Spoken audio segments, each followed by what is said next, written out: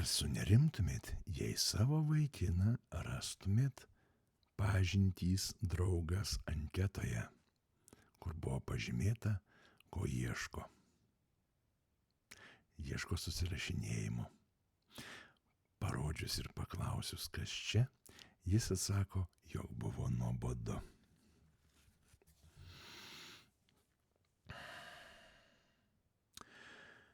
Mėly vyrai, kreipiausi į vyrus, nes jau moterim prirašiau. Ne, iš tikrųjų, abiem tinka. Mylėjai, draugas,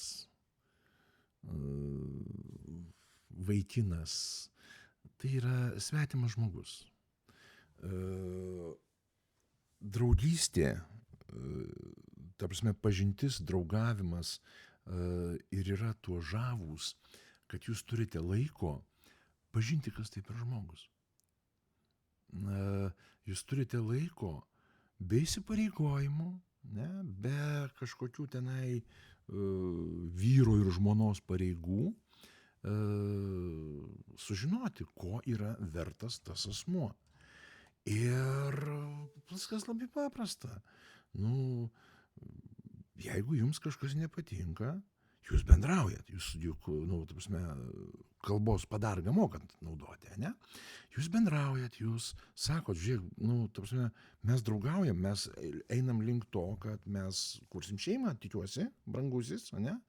Kodėl tavo anketa čia ir dar susirašinėjimai, ta prasme, man tai nepatinka.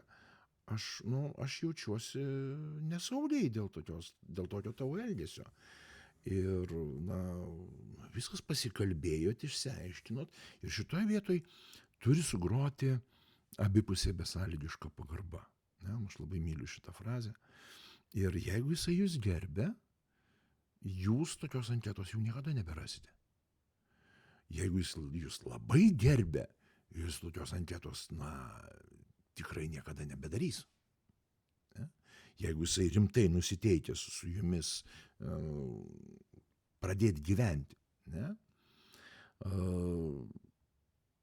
Ir viskas, ir problema išspręsta, bet tai čia, vaikinas, palauk, kas po žodžiu vaikinas? Vaikinas tai čia tas, kuris jau gauna paslaugas iš jūsų, ar kaip, ar čia dar tik tais draugas. Čia vėlgi klausimas. Nes jeigu jisai jau gauna iš jūsų paslaugas, ne, tai jūs jau tikitės, kad jisai kaip ir viena koja šeimoje, o jisai tikrai tuo nesitiki. Tai čia jūsų savivertės, jūsų savigarbos, jūsų meilės savo problema.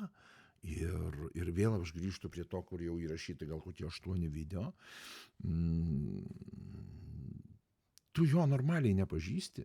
Ką tik įrodymas, tu jo normaliai nepažįsti. O jeigu tu jau su juo miegi, tai tu vadinasi miegi su menkai pažįstamais vyrais.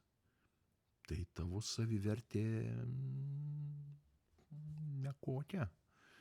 Kiek tada jam kainavo? Žiūrėkit, jeigu jūs norit šeimos, vyrui turi stipriai kainuoti. Ne pinigais. Vyrui turi stipriai kainuoti gauti jūs šeimai. Ne? Stipri kaina, jinai gali būti labai įvairi.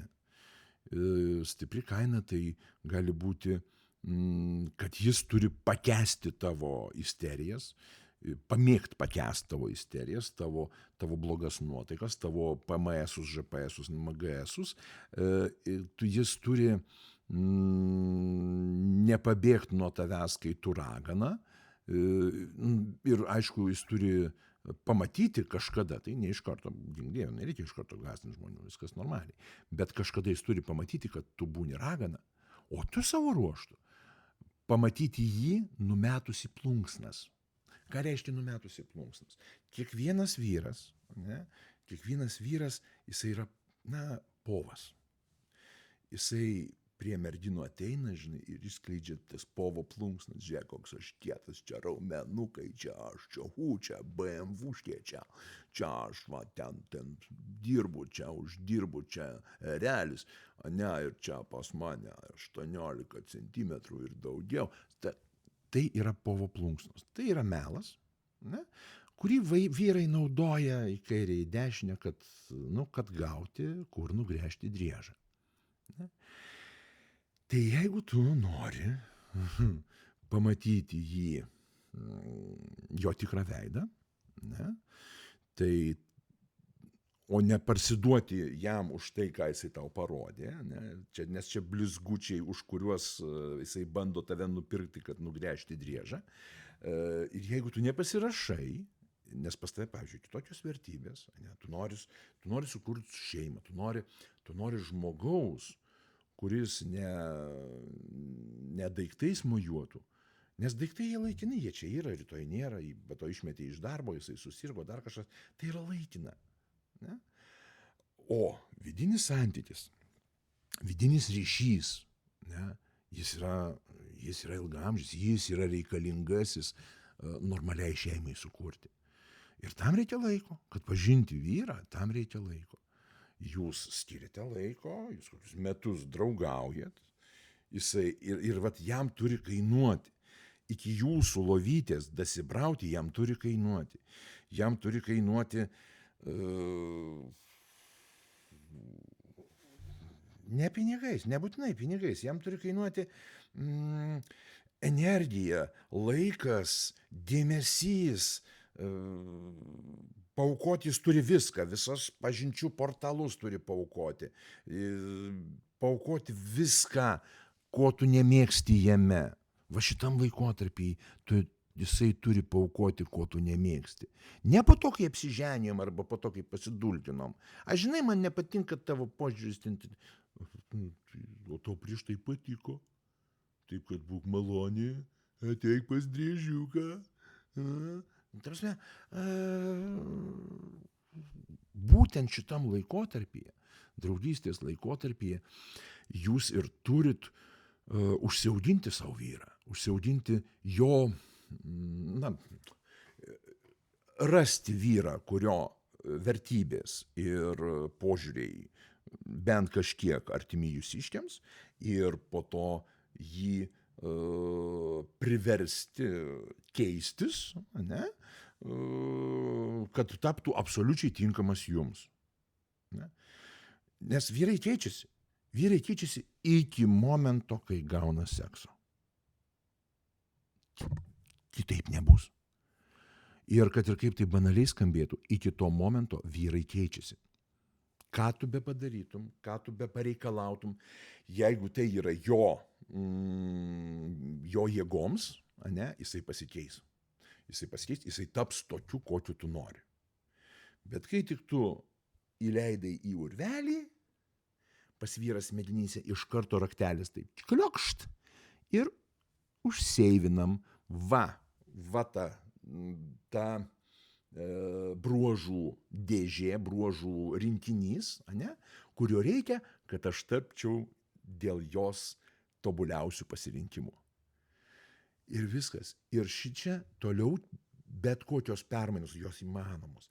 Bet ten per tokias kančias, per tokį sunkų jau, kai sakant, darbą, kad galima bus sakyti, kad ne, vyrai nesikeičia. Bet jie nesikeičia nuo to momento, kai gauna seksą. Ir jisai bus visą gyvenimą toksai. Su labai mažytėm tokiom permainom. Taip, kad jis tave gautų, jis turi daug sumokėti. Daug sumokėti laiko, energijos, savęs keitimo. Ne, jis turi įrodyti tau, kaip senais laikais riteriai įrodinėjo, ten kaudamiesi su priešais, ten su kitais riteriais įrodinėjo, kad vat jisai vertas. Taip pat ir tu. Moteriai gerbėjų turėti daug yra gerai. Ir tada gali išsirinkti. Ne jobarių, gerbėjų. Ne?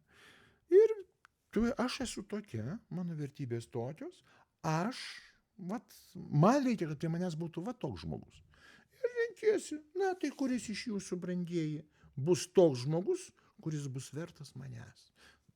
Jūs turit mylėti save, jūs turit gerbti save, jūs turit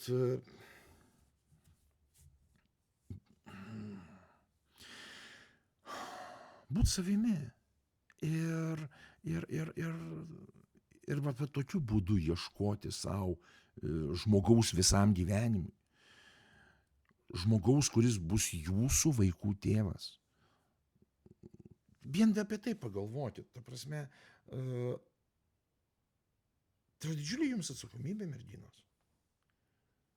Surasti vyrą, kuris bus jūsų vaikų tėvas. O, vaikeli, čia aš džiaugiuosi, kad aš gimiau vyru, nes tokios atsakomybės aš neperneščiau. O jums tenka tokia atsakomybė. Surasti tinkamą vyrą būti tavo mylimų vaikų tėčių. Ir tikrai ne per ateik, va čia pas mane skylutė yra. Ne tokiu būdu. Nebūkim. Žodžiu, aš jau sakiau.